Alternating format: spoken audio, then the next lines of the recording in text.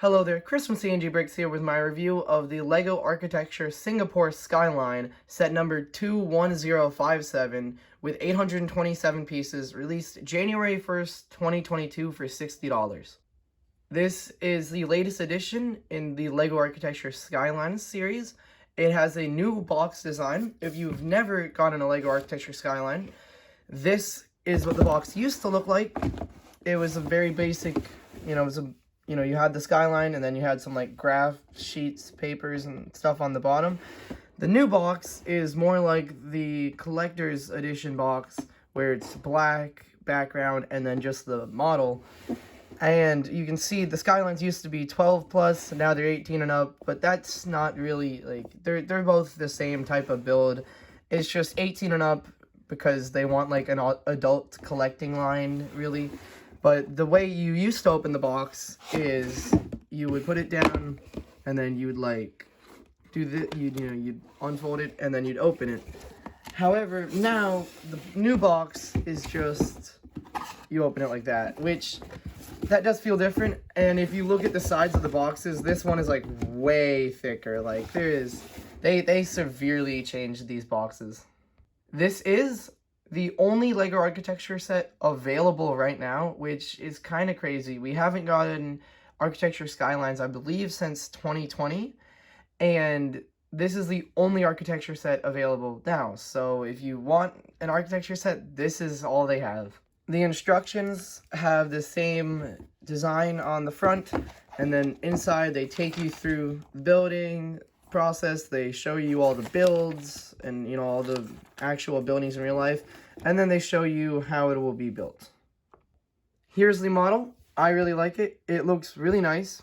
It's very it just looks really good compared to a lot of these older skylines. You can see there's a lot of new building techniques in there. There's a lot of new pieces. The Marina Bay Sands look amazing.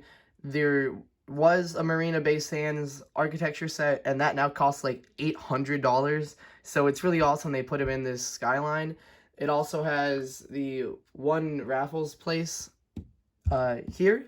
It has the OCBC Center, and then it has this boat quay here, is what it says on the back. And then there's the Fullerton Hotel, and there are the Gardens by the Bay, which are these things. And these are like, I believe there's like a tower inside of here. I don't know. If I go to the instructions, yeah, there's they're like towers, and like you can like go in them. I've never been to Singapore, although I do want to, because I mean it looks really nice. As far as the set goes, it's standard thickness of the architecture sets. It's like 4 wide, except for like parts that like go out. The back just looks like this. I don't like this though, because the piece they were using, the 3x1 inverted tile, it has this hole on the back, so it doesn't look good at all from the back.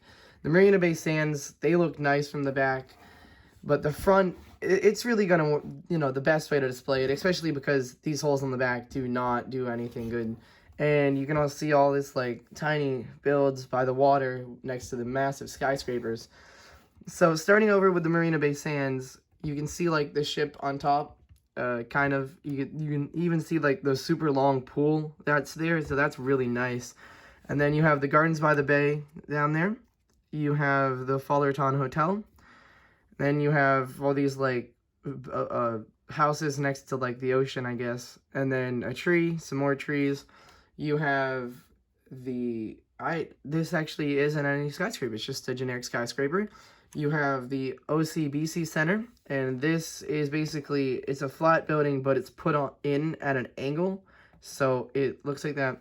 Then you have the one Raffles Place, and this is basically, it's built with a plate, and then it's like, you got these like tiles that like make it have a slanted look. And then down here, it's just built with that. And at the bottom, there's like an opening behind that tree, so that looks nice. You have all of these trees everywhere in the build, really to give it like a natural look. You have this like weird like bush thing right here next to the Marina Bay Sands. The Marina Bay Sands, they look really nice with all this blue. However, you can see like the way you built it, there's like a 2x1 spot under each that looks different, and I don't really know how they would fix that. One problem definitely with all sets that have a lot of plates is that the way you put it on, like they like bend up at the ends because the way the plates stick together. And I guess like the only really way is like you build it better, but that's just gonna happen. That happens with most of these Skyline sets, and that's really not on LEGO, and they can't really fix that. It's really just kind of a thing that you have to fix. I believe these are like these wheel tire pieces here on these things, because I remember getting these for tires, but I don't know. This set though, compared to other Skylines, if we take New York here, you can see that it looks, you know, the buildings around the same height. You can see the same thinness there. You have a lot of, you know, buildings that are fair sized in height, and then a lot of the small buildings. New York is an interesting case. Oh, look, yeah, I guess that's a problem. You can easily just like hit this and the tile comes off. Yeah, so there you go. I mean, the tile comes off. New York only has 5 buildings, and most of them are skyscrapers. But height-wise, the Singapore buildings are pretty tall. You know, they're not actually like accurate to real life, I'm pretty sure. Especially like if you take the Avengers Tower, it's like this tall when really it's the same height as the Chrysler Building. But these towers are around the same like height, so generally they build their skyscrapers like around the same height. I don't really know how to like describe it if you don't have one, but if you do have an architecture set with a skyscraper in it, it's gonna be around that tall. So overall, I think this is a really great set.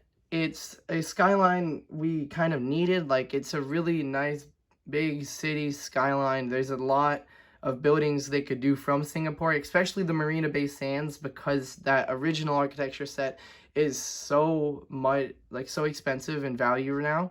So it's really nice that they redid it in a skyline. However, this is the only architecture set available, so you have really no choice.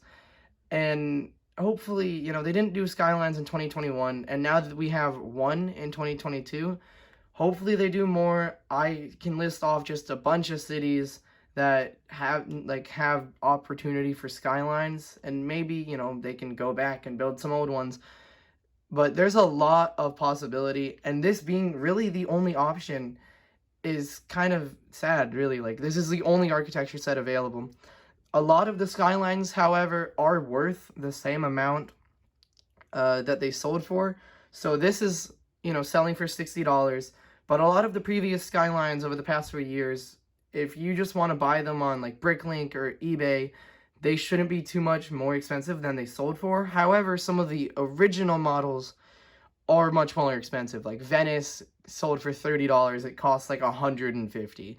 But, you know, Tokyo and Dubai and New York, I'm pretty sure the stuff that like was selling like last year, they shouldn't be too much more expensive. But this is really the only option if you want to buy one from LEGO, which I think they really need to make more. Compared to the other skylines, this is definitely one of my favorites. I still think New York is my favorite, but this one has like so much character, and all the blue and the green and the orange and the whites, they really work together as like a whole skyline and not just like separate buildings, you know? And it really works compared to like New York, where every building is like a different color. So thank you for watching my review of the new Singapore Skyline. If you like this video, please leave a like. If you're new here, please subscribe. And as always, have a great day.